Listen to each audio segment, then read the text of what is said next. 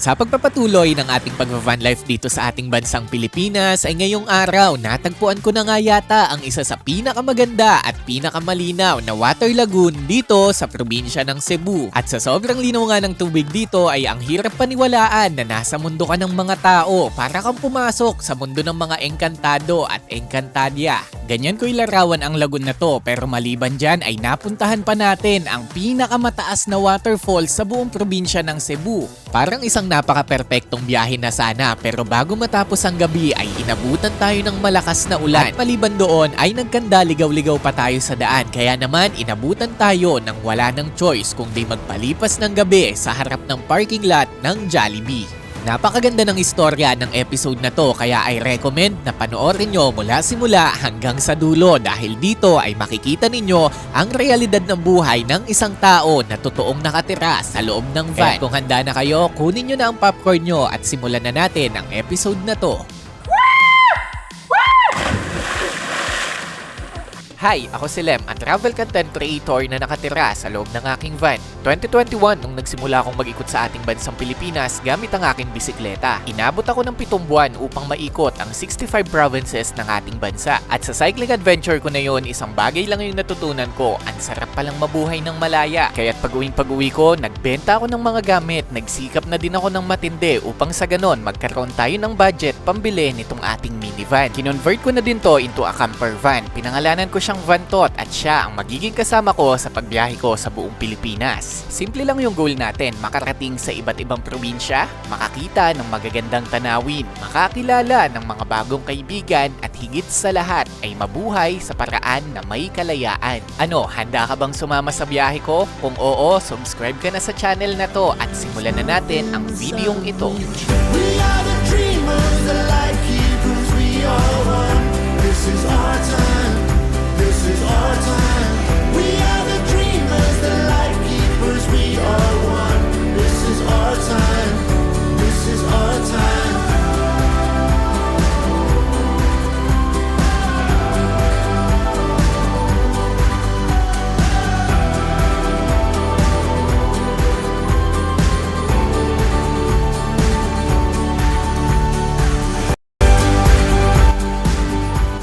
Good morning everyone, this is Lem Official, isa akong full-time content creator living inside my van and traveling across the Philippines. Sobrang good mood ko ngayon as in parang walang bagay na makakapagpa-bad trip sa akin ngayong araw. Sa mga hindi nakapanood ng last episode ay dito tayo nagpalipas ng gabi sa Maravilla, Tabuelan, Cebu. Napakaganda ng dagat dito at napakaganda ng ating view. At sobrang ganda din ng mood ko ngayon dahil katulad ng sabi ko last episode ay napili tayo ng Pinoy History as the best travel content creator sa buong Pilipinas. Kaya't bago natin simulan ang ating biyahe ay gawin na din muna natin ang araw-araw nating ginagawa. Ano pa nga ba ito kung di Our morning routine.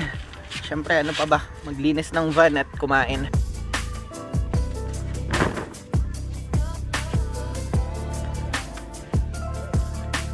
Ano pang hinihintay natin? I-celebrate natin yung tagumpay natin na yan, yung recognition natin na yan sa isang mainit na kape. Wala naman tayong pang celebrate eh, so wala din tayong kasamang mag-celebrate, kaya i-celebrate na lang natin mag-isa. As long as you enjoy your life, it's always okay. Water?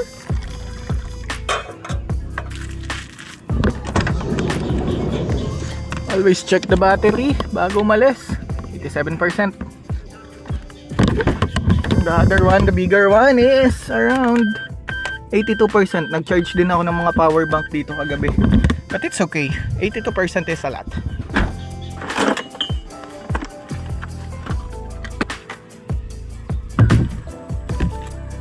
whoops, kunwari di nyo na lang nakita, ako lang din naman kakain yan.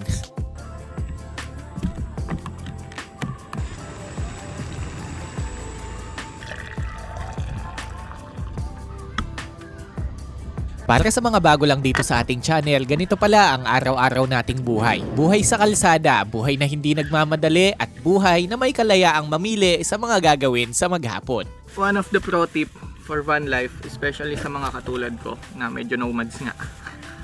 Gawin natin, almost tayong wag magsayang ng pagkain, kaya yun, makakain pa natin to mamaya eh. Mark my word, magugutom din tayo mamaya. At tatama rin magsaing kasi may kanin pa. Ngayong araw ay maswerte tayo dahil maganda ang view natin at nakakagalaw tayo ng maayos. Kaya't sinusulit ko talaga yung mga ganitong pagkakataon para magtimpla ng mainit na kape, mag-enjoy at mag-relax. Dahil kapag umalis tayo dito, hindi na uli natin alam kung saan tayo aabutan sa kalsada. Katulad ng magiging overnight spot natin mamaya na sa hindi inaasahang pagkakataon ay kailangan nating magpalipas ng gabi sa parking lot ng Jollibee. Abangan nyo yan maya-maya lang. Wala pa akong masyadong ganang mag-breakfast kasi medyo mahaba yung biyahe natin, kaya coffee lang okay na, and we are now good to go. Alis na tayo.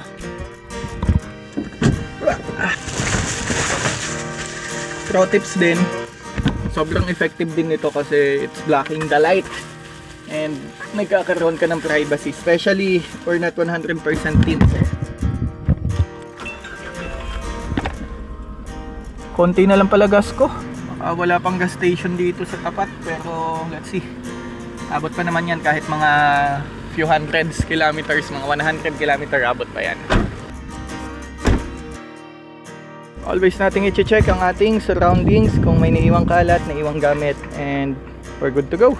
Walang kahit ano. Isang natutunan ko sa pagiging mountaineer before, always leave no trace. Kaya ngayon, wala dapat tayong maiwan dito. So, okay na. I don't feel like going home. I ain't going home. I don't feel like going home. Magigib muna pala tayo. Naalala ko yung water tank natin, konti na lang yung tubig niyan eh. Kaya magigib tayo, may gripo dito. Tapos hugasan na din natin yung dapat hugasan. Ito lang, mabilisan lang kasi baka tanghaliin na tayo. Ito yung isang realidad ng buhay sa van life. Diba ang gaganda ng mga shots natin, ang sarap ng mainit na kape, ang sarap kumain, ang sarap magluto sa magandang background. Pero behind that kasi, kailangan mo ding linisin yung mga bagay na ginamit mo para magamit mo ulit kapag may pagkakataong magluto. Bali, dito na ako naghugas at dito na din ako naghilamos. At yun, babiyahin na tayo pero magigib muna tayo ng tubig kasi mahirap yung walang tubig sa daan at hindi naman natin alam saan tayo mapapadpad kung next stop pa natin ay may tubig pa din. So samantalahin na natin. Kaya nga tayo may water tank eh. At kung magtataka lang kayo paano kayo nilalagyan ng tubig, pwedeng timba or pwedeng ano lang din, hose lang din. Pero timba ginamit ko ngayon. Ito foldable na basket. Ganito pala yung proseso ng paglalagay ko ng tubig dito sa ating water tank. Take note, DIY lang po ito. Sa pagkakaalala ko, meron akong nagawang video kung paano ko to ginawa. Gamit itong ating timba ay kukuha tayo ng tubig dito sa gripo. Tapos mano-mano natin yan iaakyat dito sa ating water tank. Kapag naiakyat na yung tubig ay isasalin lang natin ito dito sa ating mismong PVC water tank. Yes, gawa lang po ito sa PVC material para magaan lang siya. Tapos, ang maximum capacity nito ay 30 liters. Sapat lang po ito panghugas ng plato at panghilahilamos na din. Pero kasya din to sa pang isang ligo. Sa ngayon kasi ay hindi ko pa kayang bumili ng maganda, malaki at magarbo na camper van. Pero naniniwala kasi ko na minsan hindi mo naman kailangang hintayin na maging kompleto at perpekto na ang lahat bago ka magsimula. Dahil ang kailangan mo lang gawin ay magsimula. Ganon din naman kasi yung pattern ng naging buhay ko bakit ako nauwi sa van life. Hindi naman ako nagsimula agad na may magandang van. Nagsimula ako sa bisikleta lang. Kasi ang totoo niyan, pangarap ko talagang maikot ang Pilipinas. Pero nung nagsisimula ako, wala naman akong idea kung paano ko gagawin. At bisikleta lang yung meron ako. Kaya yun yung sinimulan ko at yun yung ginamit ko pang ikot sa ating bansa. At ngayon na may van na ako ay sobrang thankful ako kasi nagagawa ko na yung mga bagay na dati ay pangarap ko lang. Dami ding laman ng water tank natin, no? Sapat na kasi yan para makaligo, makapaghugas tayo. Pero for one day lang, I think. Kasi kung maliligo ka, medyo malakas yun sa tubig. Pero kung hugas-hugas lang, tulad ngayon, ilang days na, goods pa din, may laman pa din. Kaya yun, talagaan lang natin. After nyan, okay na.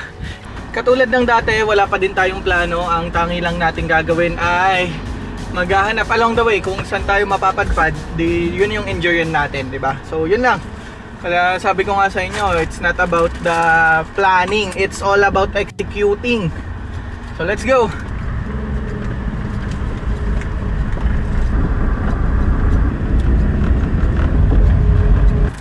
Wait lang, parang may nakalimutan ako sa taas. Shit! Ang kulit eh. Hello! Tignan nyo ano nakalimutan ko.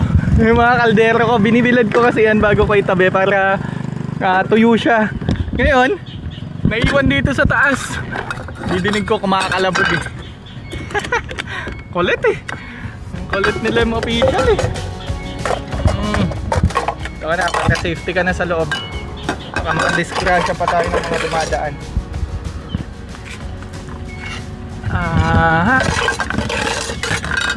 Ba't nandyan ka? Tandaan ko yun eh. Bago tayo umalis ay gusto ko lang magpasalamat dito sa Maravilla Public Beach, kung saan sobrang dalang na ng mga public beach na maayos ngayon dito sa Pilipinas, alam nyo yan.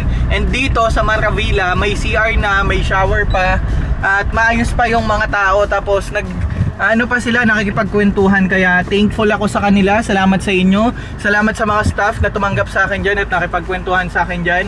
Kaya kung gusto nyo pumunta dito, ipipin ko sa location yung link, or tignan nyo yung landmark dito. So kaya-kaya nyo na yung puntahan dito sa Cebu, north part of Cebu, Tabuelan ang may sakop, at Marivela ang barangay, and then beach nila eto. Ayan yung pinaka landmark nila, yung may barangay office. Maliwanag yan sa gabi kaya makikita nyo na lang din agad-agad.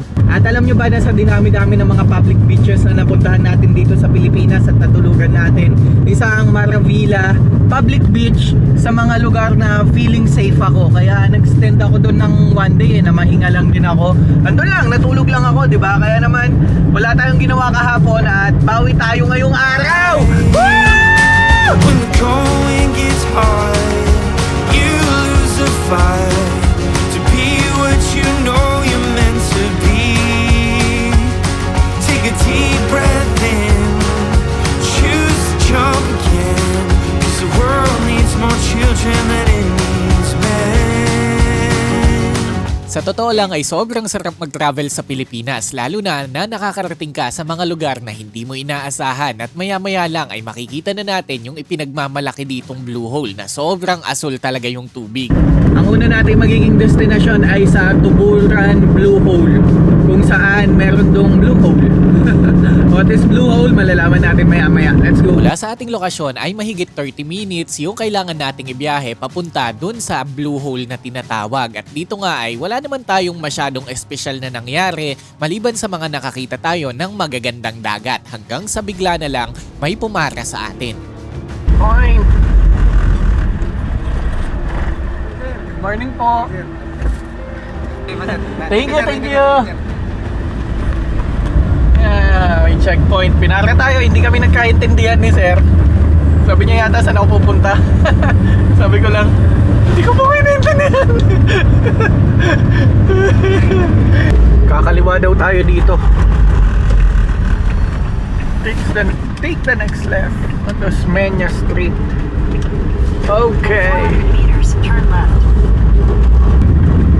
Google Maps lang pala yung sinusundan ko dito para makarating sa Blue Hole, at dito nga ay papalipis na ng papanipis ang kalsada, kaya minsan nagtataka na ako kung tama pa ba yung daan na dinadaanan ko. Yug ang ating van. Wait lang, kaya ba to ng sasakyan? Baka hindi kaya to ni Bantot. Ang sigip na kasi ng daan eh. Paano kaya to? Bunsa, pwede magtanong? Saan papuntang Blue Hole? Diretso o kaliwa? Dito? Okay. Makakapasok sa sakyan? Kaya nitong van? Dito ano, kaliwa? Dyan lang. Dyan, tapos dito. Okay, thank you! So, kaya daw. Kaya daw, sabi ng bata. Kala ko hindi kaya eh. Rough road kasi yung daan, tapos masikip. Ayun, semento na. Semento nga ba? Hindi din, joke lang. It's a prank! Maluwag naman pala dito sa loob. Baku-baku lang yung kalsada, pero maluwag.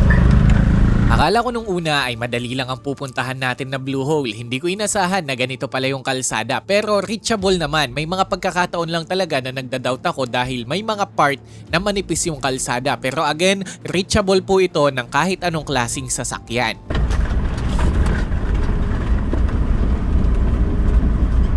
Kailangan natin tumawid sa magandang tulay na to, masikip, tapos mangroves siya. Then after nyan, mahaba pa. Di ako masyado makapagbukas ng bintana kapag ganitong residential, tapos masikip ang daan kasi wala lang, for safety siguro. Pero ang ganda ng daan nila oh. Napaka-presko at napaka-sariwa. Gumanda na. Kanina lubak-lubak eh. We're here. Bali, nandito tayo ngayon sa parking ng Blue Hole at silipin natin kung ano nga ba yung mga pwede nating makita dito.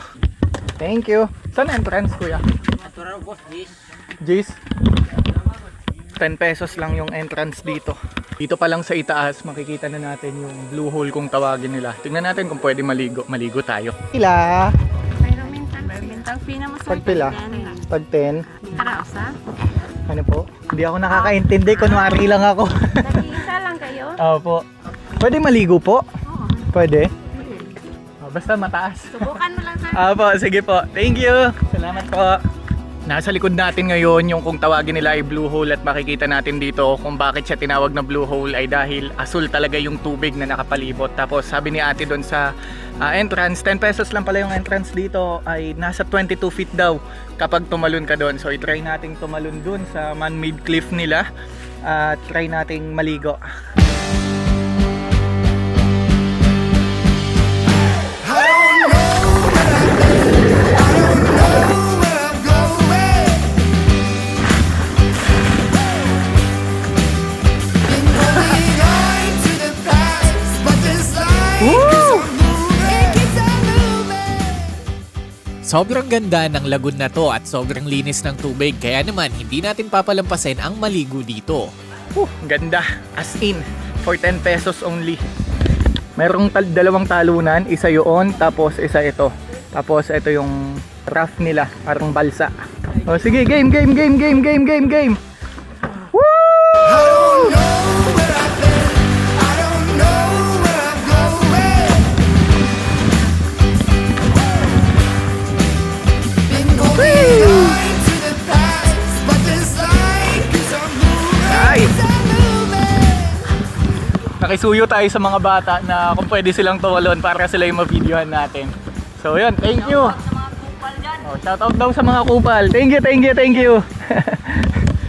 So tayo naman ngayon ang tatalon para ma-experience natin. Palit lang tayo damit. Shit! Buti na lang. Wala akong dalang bag. Kung di, basa ang susi. Papalit pa, basa na eh. Bali, susubukan nating tumalon dito sa isang cliff jump nila. Tapos din to mga siguro 10 to 11 feet din. So, natry na natin to sa Romblon, mas mataas pa mga 30. So, ito basic na lang. Kaya na kayo dyan. Tumahimik ang lahat. Woo! Okay.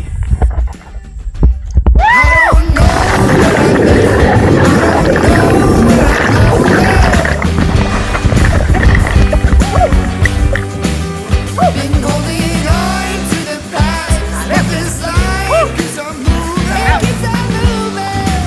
It keeps on. I don't know where I'm going. Been holding on to the past. Kina, ikaw na!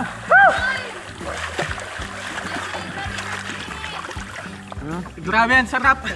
Walang-wala yung fairy walk sa Sikihor. Sarap maligo. Linas ang tubig. Kulay asul. Ewan ko saan nagagaling tubig dito. Ano sa dagat? Dagat? O Oh, baka bukal? bukal. Baka bukal. Pwede isa pa? Oo, okay. Sige. Save lang natin yan, baka mawala pa eh. Ayan, shoutout kay Jewel. Tinulungan niya ako mag-video. Daan-dahan lang din sa mga bamboo kasi madulas. Siyempre, bamboo yan eh. Normal na madulas yan.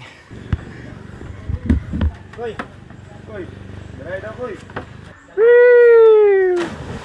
Maganda dito ano? Dan ha?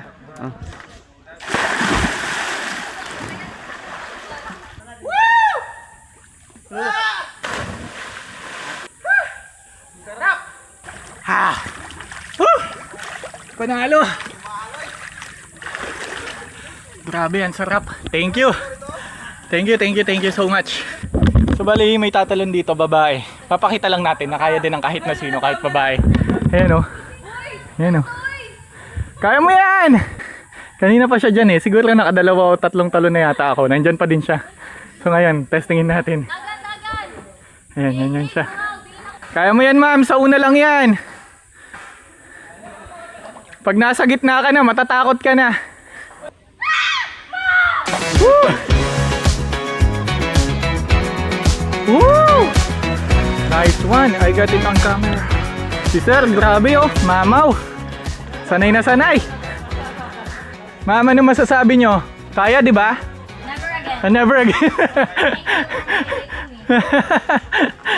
Never again. In-enjoy ko na lang din dito yung pagligo natin dito sa napakagandang bukal. At the same time kasi nakaka-relax. Maliban sa maganda yung tubig, tahimik din at iilan-ilan lang din kami na nandito nung araw na to. And take note, for 10 pesos, sobrang masusulit mo talaga ang pagpunta dito. Actually, ito yung isang napansin ko dito sa gawing Western Visayas. Medyo mura o as in talagang sobrang mura nung mga entrance fee sa mga lugar na pupuntahan mo. Either 10 pesos, 20 pesos, 50 pesos. Ganyan lang yung mga entrance sa mga natural tourist destination dito. Kaya sobrang salute talaga sa mga lugar at LGU na to dahil hindi nila masyadong tinataasan yung presyo.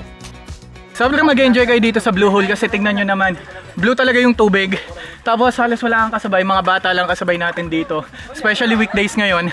Kaya kung pupunta kayo, wag weekend kasi for sure hahaba yung pila doon sa swing. Tsaka yung dito sa cliff dive. Ayan. But anyways, sobrang sulit, 10 pesos mo, nandito ka na sa ganito kagandang lugar. Pag sa atin to, mga 150 na to, pinakamura. Whew, ganda. As in, rate natin siya 10 out of 10. Lalim eh. Hindi mo talaga maabot yung ilalim kahit mag-swing ka dun sa taas. Tapos kahit tumalon ka sa kahit saan dyan, hindi mo maabot yung ilalim. Kakapagod lang din. Kasi punta ka dun, tapos tatalon ka. Tapos pagkatalon mo dun, sisid ka, balik ka dito, tapos ganun ulit. Hirap. Ito yung hirap ng pagsusolo. Hanap ka ng taga-video mo. Ngayon na si Kuya oh. Malapit yan si Kuya, taga dito yata yan eh. Ayan oh. Ayan. Kikita nyo ba? Dapat nyo yung makita. Kasi malupit yan. Ayan oh. Whee! Galing. Kung kayo po ang tatanungin, sa tingin nyo ba sulit ang 10 piso mo sa pagpunta sa ganito ka-asul na tubig, kristal na tubig at ganito kalinis na tubig na lagoon na pupuntahan mo? Lagay nyo naman yung comment nyo dyan sa baba para mapag-usapan natin. Pati na din yung mga lugar na ipinagmamalaki din dyan sa inyo kasi ito, isa to sa mga top rated na lugar na napuntahan ko. Sana lang may mapuntahan pa tayo na ganito kaganda din. Kano yan kalalim, sir? Kapag low tide, 22. Pag high tide, plus 5. Okay, 27. Grabe, 27 feet pala yung lalim niyan. Tapos low tide to, 22 lang daw pagka low tide. Saan ba nang gagaling ko yan ang tubig niyan? Sa ilalim. Spring siya. Oh, kasi fresh water siya eh, no? Pero may galing din pong bundok. Yung po Ano kaya? Bakit kaya siya blue? Koy! Nga daw blue ang colors tubig daw. Hindi din alam. Basta kulay blue siya. Natural po kasi. Oo. Grabe oh, ang ganda oh. Siya po yata Sa sa sky. Oh, thank you sir. Pangalan mo sir? Joshua po. Shout out Sir Joshua. Sabi po. Makikita nyo sa likod natin kung saan tayo naligo at grabe sobrang sulit ng 10 pesos mo dito at 10 pesos lang din makakaligo ka na or makakapagbanlaw ka. Sobrang sarap. Ang linis pa ng tubig, ang lamig, tapos walang masyadong tao. Bali yung tubig na galing daw sa bukal mismo niyan, tapos sa bundok dito yan dadaan, tapos tatapon yan dito. Yan, papunta doon. Nakapagtataka lang no, kasi sa sabi ng mga locals, pag high tide daw tumataas to ng 5 to 6 feet pa. So lumulubog daw to sa tubig, pero nagtataka ako kasi hindi maalat yung tubig. Usual kapag ganyan, katulad ng Maasin River sa Siargao. Ano yan? Umaalat yung tubig, pero dito hindi. Fresh water pa din siya. Ate, 10 pesos. Jeez, thank you. As you can see yung iba, natatakot talaga kasi kapag nandun ka, sobrang mataas na siyang tignan. Tapos lalo na pag nag-swing ka, lalong tumataas kasi yung swing mo. Kaya pag bumagsak ka, parang naiiwan din yung kaluluwa. 1, 2! So again, kung mapapadaan kayo sa gawing North Cebu ay pwedeng yung i-side trip ito dahil highly recommended ko talaga siya para sa mga magpabarkada, magpapamilya. Sobrang daming fun ang magaganap or magagawa nyo dito as in. Pwede din pala kayong mag-rent dito ng mga tables and chair. Ma'am, magkano tables and chair nyo? 150. And then yung mga cottages, 400 for those cottages and 500 daw dun sa malaki. Ayan. Thank you po. Mayroon lang tayong isang naging problema as of now. 11:52 na at malayo pa yung biyahe natin. Around 4 hours pa going to Mualbual at may dalawang falls pa sana tayong dadaanan. So tignan natin kung kaya pa nating isingit yung dalawang falls.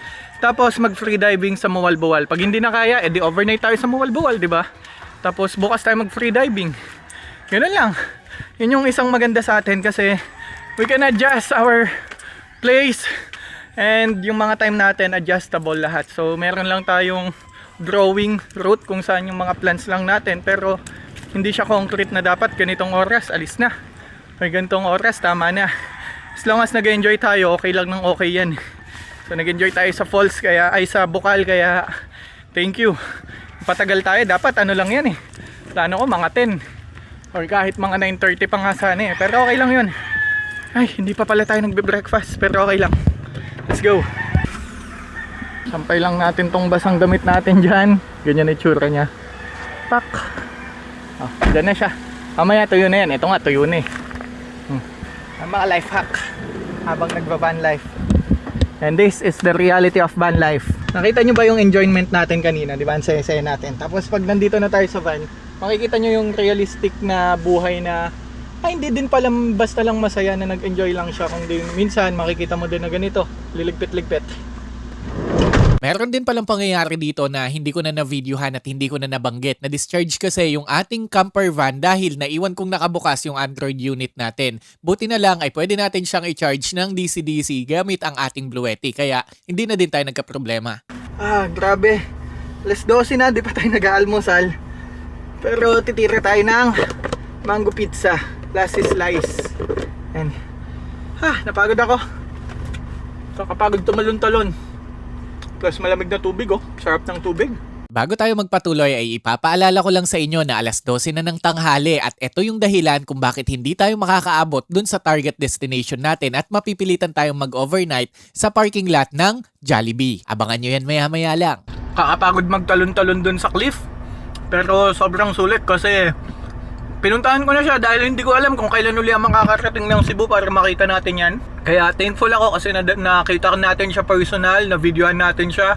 And sa mga pupuntan ng Cebu, huwag niyong kalimutang dumaan dito sa Blue Hole kasi talagang may enjoy nyo. As in, sobra, malinis tubig, mababait mga tao, masarap tumalon at tahimik. Grabe, as in, 10 out of 10 talaga sila. Thank you so much, biyahe na tayo.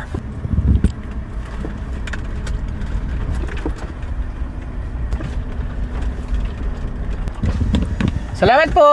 Thank you, thank you! Ngayon pala yung parking nila, 50 pesos, 4 wheels, pag overnight 100. Tricycle, 30, 20, screenshot nyo na lang.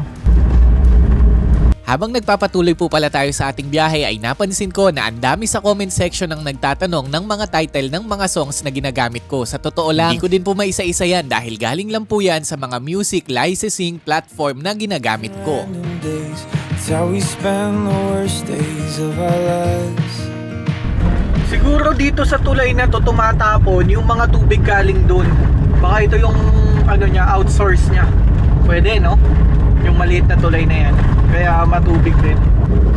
Wala na din pala akong gas. Sana may gas station dito. Ito na kasing kinalalagyan natin. Pinaka city na nila to. Medyo maliit na bayan lang to, hindi pala city. Pinaka bayan na nila. Kaya sana may maayos na gas station para makapagpagas tayo. Kasi tingnan nyo yung gas tank natin, 4 bar na lang. Madami pa naman yan pero baka mas lalong wala na dun Kaya yan, ito na pinaka municipality nila. Uso pa din pala mga pedicab dito kaya madami ka pa rin makakasalubong. Already my best friend, why don't you be my new wife? I don't like living. You don't have my... Ayun, may nakita tayong gas station. Medyo okay tong gas station na to, Sea Oil. Unleaded kuya? Unleaded, pila? 1,000. 1,000 unleaded. Carolina. The weather's nice and the leaves still turn. We can settle down and the kids can learn. The home isn't a... Ang next stop natin ay sa Mantayupan Falls, around 80 kilometers from here. Pero okay lang kasi papunta nga tayo ng Mualbual, which is around 150 kilometers from here. So madadaanan lang naman siya along the way. At tignan nyo yung kalsada. Mostly walang signal sa lugar na to, pero okay lang kasi payapa naman, no? Kalmado lang. Biyahe na nga po ako dito ng kalmado at sana wag nyo na pong pansinin kung bakit nakatopless ako ngayon. Nabasa po kasi yung damit ko kanina. At yung damit ko po na yon ay schedule ko dapat hanggang mamayang gabi na. Kaya naman para hindi na din ako magsayang ng damit at makatipid sa paglalaba, ay ganito po ang ginagawa ko paminsan-minsan. Well, dito naman walang masyadong dumadaan. Pinapatuyo ko lang din naman yung damit. Mamaya gagamitin ko na din po yun. Konti lang ang mga turista dito sa North Cebu kasi nga medyo malayo ito sa ibang mga pasyalan talaga. Pero just in case na gagayahin nyo yung ruta ko from Escalante, pwede nyong bisitahin talaga yung mga spot dito sa North Cebu para pababa kayo ng South Visayas. Kasi South Cebu kasi ganun yung magiging ruta natin papunta tayo ng pinakababa naman ng South. Yun ay ang Liloan. Doon tayo sasakay papunta ng Siquijor. Alauna na pala kaya kain muna tayo. Hindi na ako nagluto, dito na lang sa karinderya. Isda, baboy. Baboy, pwedeng manghingi. Sa totoo lang, eto yung isang gustong gusto ko sa pagva-van life. Hawak mo kasi yung oras mo, yung tipong hindi ka nagmamadali, hindi ka nag-aapura, may kalayaan kang pumili kung kailan ka kakain, kung anong oras ka kakain, kung saan ka hihinto, at kung saan ka magpapahinga. I get carried away, you tilt your head, say my name. I know I want to see that face every day. I can taste the ocean air on your lips. Sarap kumain. Biyahe na ulit. Sarap kumain. Thank you, Lord.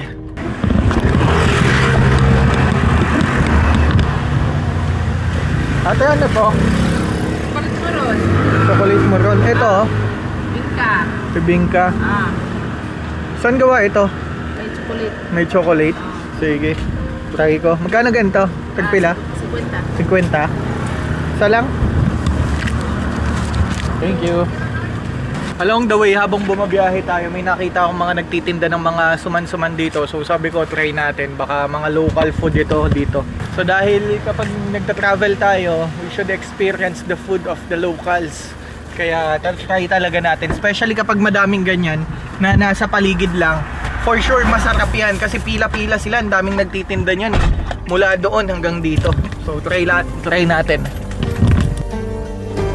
Meron pala akong isang problema sa pagva-van life na sa tingin ko ngayon ko lang sa inyo mapapakita. Dahil tuloy-tuloy kasi ang ating pagbiyahe, alam nyo ba na sa panahon na to ay nauubusan na ako ng SD card para magamit dito sa ating mga camera. Kaya huminto muna ako dito sa isang mall para magtingin ng isang hard drive. Yes, external hard drive po ang ginagamit ko para matransfer ko doon lahat ng data. May nakita tayong mall dito along the way. Silip tayo, baka may mabili tayong hard drive kasi kailangan na natin ng hard drive. Puno na mga storage natin. Wala na tayo paglalagay ng file. So kailangan natin kahit tigwa 1 tera lang, okay na yan. Hello po. Sticker, pagbalik, nasa sasakyan. Sa totoo lang, napakadami kong hard drive pero hindi din kasi ako nagdi-delete ng mga files ko. Mahigit 10 na yata yung hard drive na tig 2 terabyte na meron ako at ngayon puno na lahat yon. Kaya't naghahanap tayo ng mapagsasalinan ng mga files natin. Dahil kung hindi ay for sure wala na tayong magagawang mga videos na susunod. Grabe, hanggang dito sa liblib na bahagi ng Cebu. May mga followers tayo. Maraming salamat po. Tingin tayo ng gadgets. Excuse me. Sir, may tinda kayo hard drive? Wala, sir. Wala. Thank you. Sir, may tinda kayo hard drive? Yeah. Miss, may hard drive kayo? Ano, 1 terabyte? Ano bang meron? Kung may 2 terabyte, okay din. Meron din. Pwedeng makita anong brand? 2 terabytes na. Patingin nga po. Toshiba. Patingin nga po. Kano ganyan? 3999. 3999, wala nang bawas. May nakita tayo. So, tignan natin kung pwede natin ipagkatiwala ang lahat ng files natin dito. Dito ay may nakita po tayong hard drive pero hindi din natin ito nabili dahil hindi po ito pumasok sa standard na kailangan at hinahanap natin. Kaya asa na lang tayo na may makita tayo sa mga susunod nating pupuntahan. Shoutout na lang muna kila ma'am. Ayan, nag-assist sa atin. Shoutout po. Salamat po. Or, sir, sa iba, yung ano. Bali, wala tayong nakita kasi mga old model na yung nandun at naghahanap tayo ng hard drive kasi puno na lahat ng hard drive natin. So, ito yung hirap, hindi tayo makapag-Shopee kasi basta-basta dahil dapat sakto yung dating natin dun sa pagsashopeehan natin kung sakali man na magsha-Shopee tayo. Kaya yun, yung mga kaibigan naman tayo dyan, try natin magpa-ship na lang sa Davao. Sa pagkakataon nito ay tahimik at payapa na lang akong bumiyahe. Napakalayo din kasi ng next destination natin. Almost 80 kilometers, waterfalls pa lang yon. Tapos 120 kilometers hanggang sa Mualbual. At magkakaproblema pa tayo maya-maya kaya matutulog talaga tayo sa parking ng Jollibee. So abangan nyo lang yan. Yung part na maluwang na may dagat dito na parking lot, dapat dyan talaga ako mag-overnight kung dito ako sa Tubledo dumaan or sa San Carlos ako sumakay. Dito kasi yung port malapit, so dyan dapat ako. Hindi ako doon napunta, kaya mas napapunta tayo sa mas magandang dagat, diba? Pero just in case lang sa mga nagva-van life, pwede kayo doon sa part na yun. Google nyo lang, makikita nyo yan. Malapit lang yan sa port. Isang napansin ko lang na habang tumatagal ay medyo may mga part talaga na masisikip ang kalsada. As in, nasanay kasi tayo, nasa gawing Mindanao ay sobrang lalapad ng kalsada. Dito medyo masisikip lang ng kaunti. At para sa mga nagtatanong, paano tayo nagsi-CR sa daan? O eto na, hinto ka lang sa gas station tapos makiihi ka na. Ang problema lang ay nakalak yung CR ng gas station na to. Natatay na ako, tapos traffic pa. Tingnan nyo. Natatay na ako. Ayun, may McDonald's. Pero ayoko dyan daming tao dyan Pero sige na nga, tingnan natin kung kaya ko pa. May parking ba? Walang parking Kung may parking, talagang ano na ako dyan. Walang parking sa McDonald's. Wala Wala, negative. Natatay na ako. Wala pa ding gas station. Pero lumuwag na, at least wala ng traffic. Kaya ko pa to.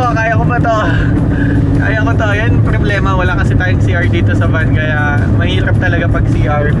Tapos bigla-bigla yung tumulog yung chan mo, no? Yung mga mahihirap, pero kaya naman. So ito, refill. Refill, pa CR po.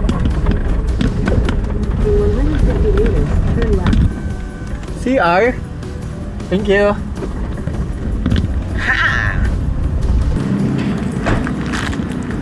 Sa ganitong sitwasyon, wipes at lakas lang ng loob talaga ang baon ko. Wala pa kasing CR yung van ko. Kaya naman, kung saan na lang talaga tayo abutan. At eto din yung struggle ko at the moment.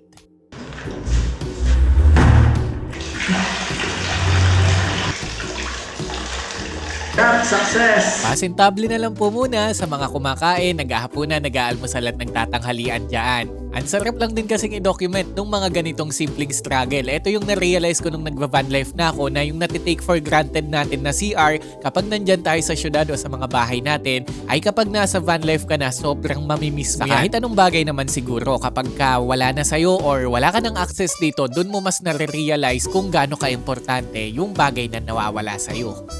Dito sa side na to, talagang hindi ka makakapagmabilis ng takbo dahil may ang left and right ng mga sasakyan at siguro maxi speed mo na mga 40 kilometers to 50 kilometers lang. Maliban doon, hindi ka na makakapagpatakbo ng maayos or matulin. Maya din ang hit mo sa brake dahil sa mga tricycle at hindi ako nagreklamo, sinasabi ko lang sa inyo yung condition dito para pag kayo naman, alam nyo na yung aabutan nyo.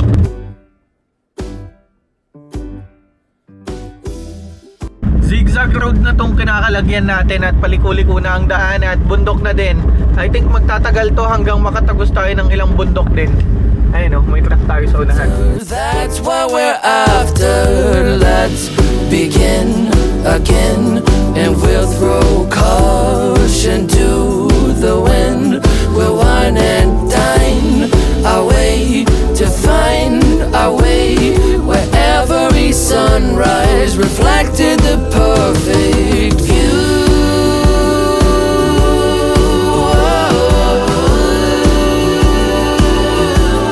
You know it's true.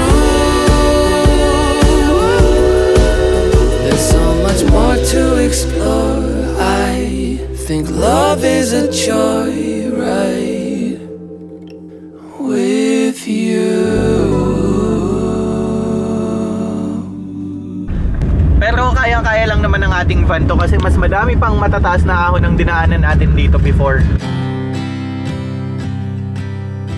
Hindi naman nagtagal yung mga palikulikong kalsada, medyo minimal lang din hanggang nakarating na nga ako dito sa Malolos. Akala ko sa Bulacan na to. Anyways, tuloy-tuloy na ang ating naging biyahe at hanggang sa umulan na. At ayan na nga, umuulan na kaya baka hindi tayo makaligo sa pinakamataas na waterfalls sa Cebu. Pero pipilitin pa din natin pumunta para makita man lang natin kasi andito na tayo. And again, hindi natin alam kailan ulit tayo makakabalik. Kaya silipin na natin kahit picture lang, kahit nga walang video okay lang din basta makita natin yan. There's turn left. Sir, saan yung papuntang falls? Sir? Meron sir, pagbaba na lang sir, baka abutan ng ulan Apo, saan magpabayad ng parking fee? Sa inyo po? 50 pesos? Yung ano po, entrance doon, magkano po? 50 din po. 50 din. Ano po? Bakit kayo meron? Ako na. Nagpunta ako sa Blue Hole Blue Hole. Oo, ganda din doon. Sino kasama mo? Ako lang. Ito lang. Malayo ba yung lakad dyan sir? 3 minutes lang. 3 minutes lang, okay. Kaso ano, yung tubig brown kasi ano. Okay lang, basta ano lang makapag-video. Sige po. Ito ba yung pinakamataas na falls dito sa Ito Cebu? po sa 50 pesos bayad sa parking, 50 din daw sa entrance. Ayan, dyan magbayad ang entrance. Hi, good afternoon. 50 pesos, tama po? Yes, sir, 50,000. 50. Right, 50,000. Thank you. Thank you. Saan po ang daan? Dito po. Thank you. Enjoy. Salamat po. As you can see, may dala na akong payo. Para just in case umulan. Ready tayo. Dito daw yung first layer ng falls kung saan eto pa lang. Sobrang taas na, grabe. Ang ganda. Ang kaso lang medyo ma-brown daw yung tubig ngayon. Ayan. Nice one! Punta tayo sa taas. Tawid tayo dito sa kanilang hanging bridge. Makikita mo din pala dito yung falls. Ayan, nasa baba natin. And then pa. Ayan. Kung medyo takot ka sa mga hanging bridge or matataas na lugar, baka kabahan ka din kapag pumunta ka dito. Kasi ako nga, wala naman akong fear of heights. Pero parang nakakakaba pag nandito ka dahil sa sounds din siguro nung waterfalls. Grabe. Taas. Wow. Wow. Grabe, sobrang taas. At dito nga ay unti-unti na nating nasilayan ang pinakamataas na waterfalls sa buong probinsya ng Cebu.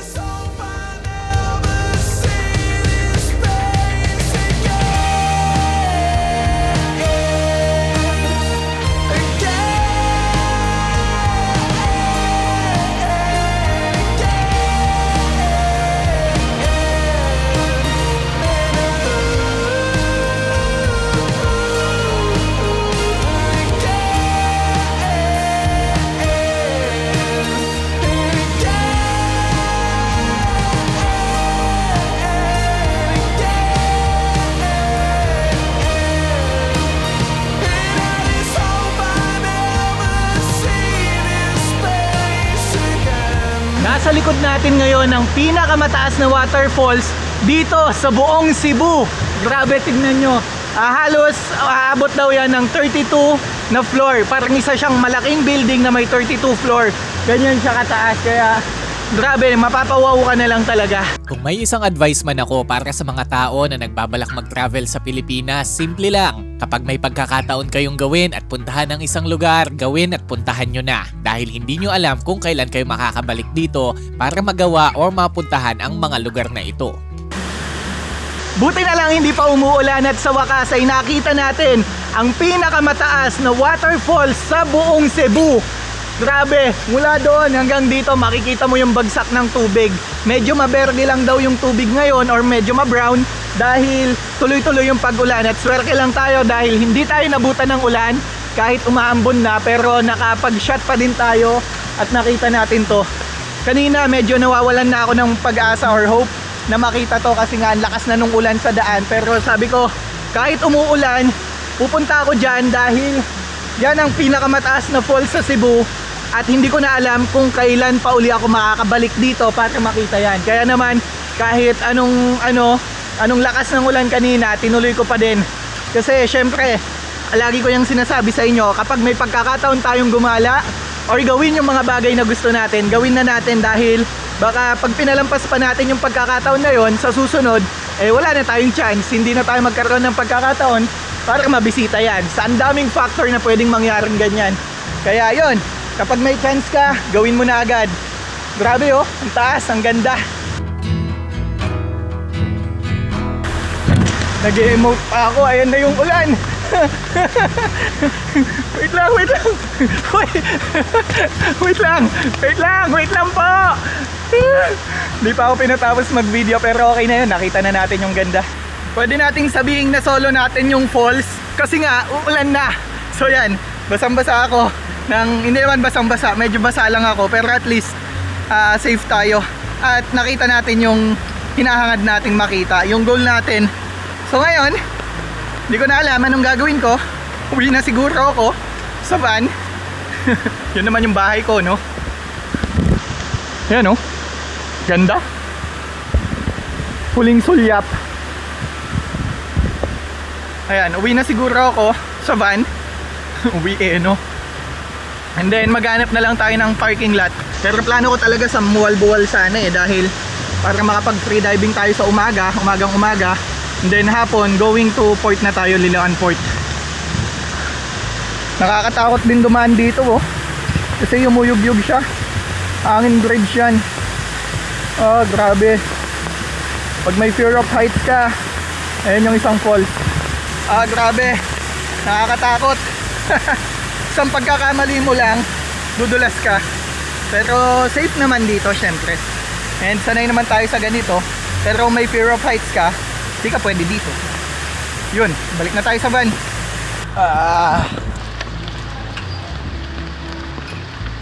Sir, thank you. Sunod ko sir ng sticker. Sige sir, thank you po. Siguro abutin pa tayo ng mga 2 oras bago makarating ng Mualbual. So most probably gagabihin na tayo kasi alas 5 na at madilim na. And siguro di na muna ako masyado mag-video kasi maghahanap pa din tayo ng paparkingan natin.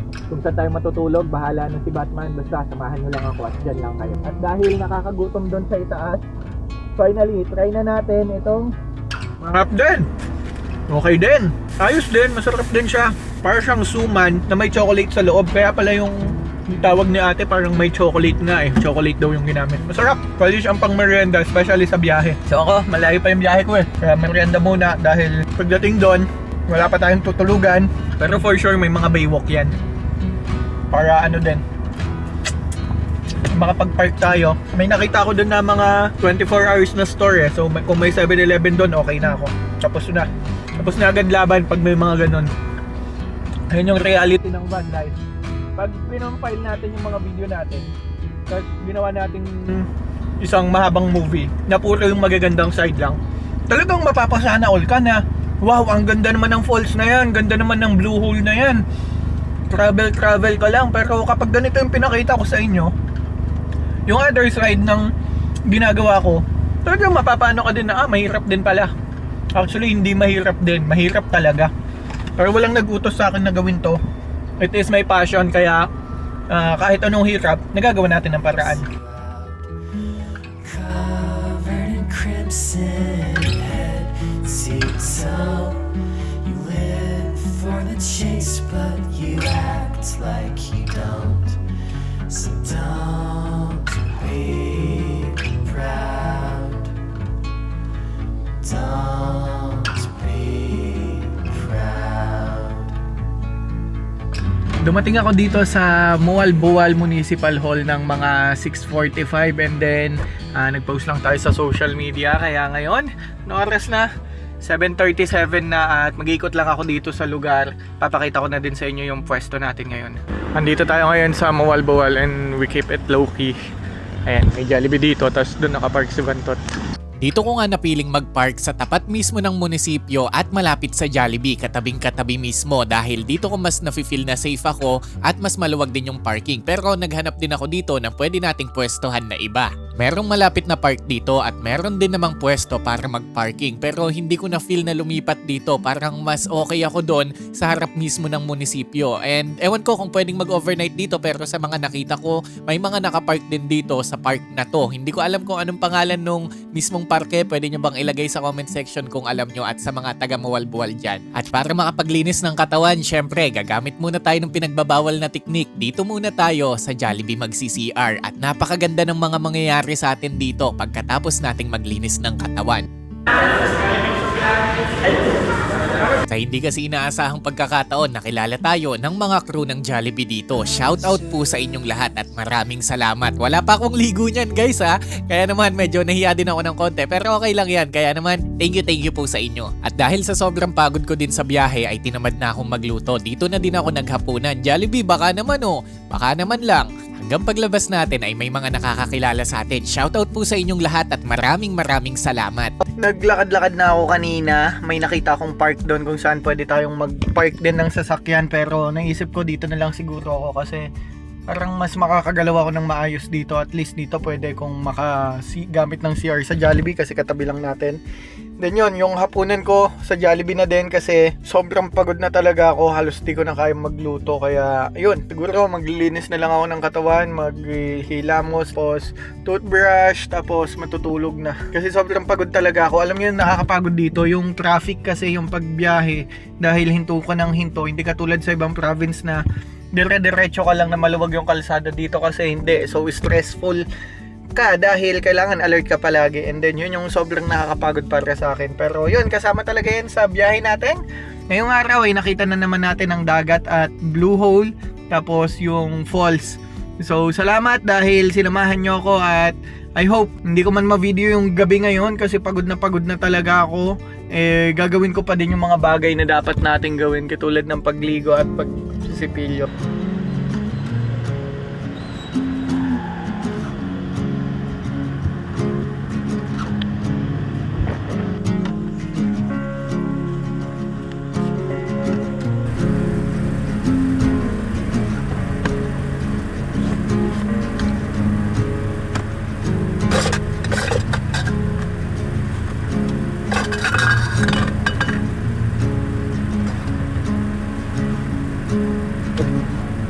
Yung pwesto pala natin ngayon ay nasa harap tayo mismo ng Mualbual Municipal Hall, tapos katapat natin yung Jollibee.